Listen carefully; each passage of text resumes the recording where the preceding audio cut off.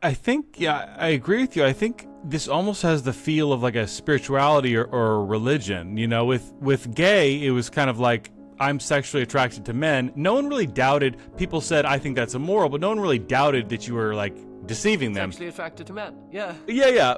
Yeah. But with the trans thing, you're making this kind of supernatural claim that regardless of what you see on my exterior, my biology, I literally am a woman, and you're some type of fascist if you disagree. I think it was Helen Joyce who said this is like a secular version of a soul. There really is some time like a higher order, like religious type mentality here, it seems like. It's very like a religion, and I think it's very, very relevant that the trans phenomenon emerged in our kind of post-religious age.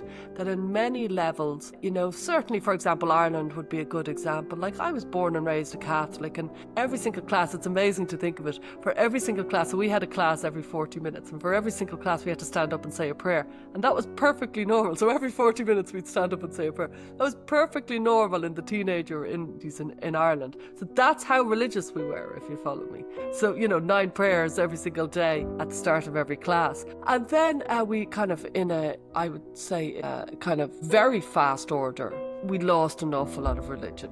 You know what I mean? And a lot of communities did. And I would say that there was a huge vacuum left in this post-religious age. I particularly think that an awful lot of anxious people seek out religious systems because there's something very... My own mother would be very religious, and she says it's a great comfort to me. My faith is a great comfort to me. And it makes sense. The idea, you know what I mean, that there is a higher order looking out for you, it's very comforting. And I do think that people who were left without a religious kind of, even if they went against their own religion that they were brought up with, there's something comforting about the idea of trans being the new kind of way of living.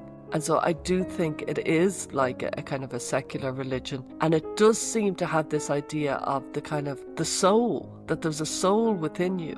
And that soul is either pink or blue or non-binary. And it is the real you. And this concept that there's some sort of deep, true, real you, which is very like a soul again. And it does make one think about, you know, who are you and who am I and who is the real me? Is the real me when I was 10 or when I was 20 or now? Is there a real me, or am I continuously just layered upon? Is there an essence of me that will live on forever? And is that essence male or female or non-binary? These are huge questions that I don't think anybody has really answered, but it does feel that it's very relevant to the post-religious age, that suddenly a new idea of a soul has emerged.